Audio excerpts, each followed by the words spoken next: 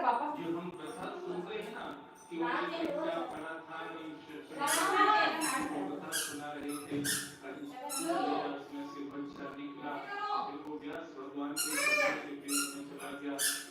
उसको मारना चाहते थे पर वो भागवत अमृत पी चुका था इसलिए मरा नहीं। ये सब कुछ नहीं था, ये सब शिव की ही लीला थी महाराज। शिव स्वयं ही ऐसा बन के पड़े, शिव स्वयं ही उसमें से शिवदेव शुभ के बीच में निकले थे।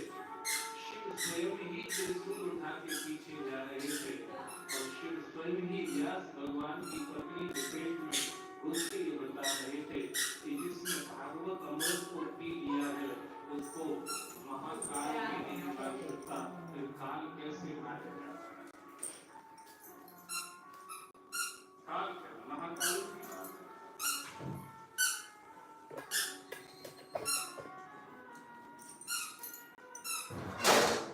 वही श्री सुखदेव जी महाराज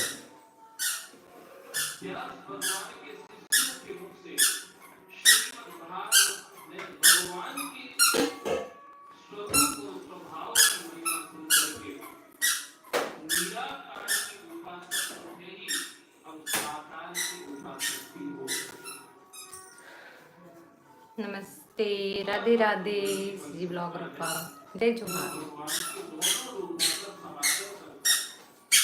एक सेकंड आ था ना मैं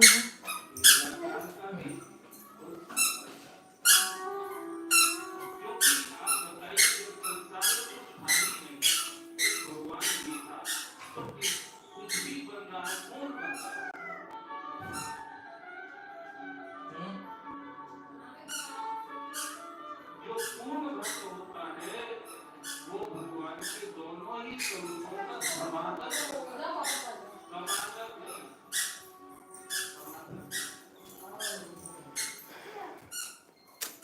क्या बना रही हो? Mushroom mushroom mushroom. लाइट अच्छा नहीं आ रही, मैं यहाँ होल्डर वाला लाइट वाला लाइन गिर हूँ वो भी भुला गया।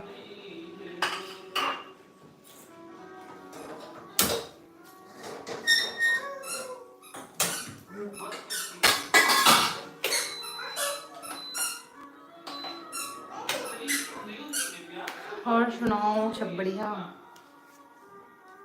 कि जो भगवान निराकार है वही कृष्ण के रूप में साकार है।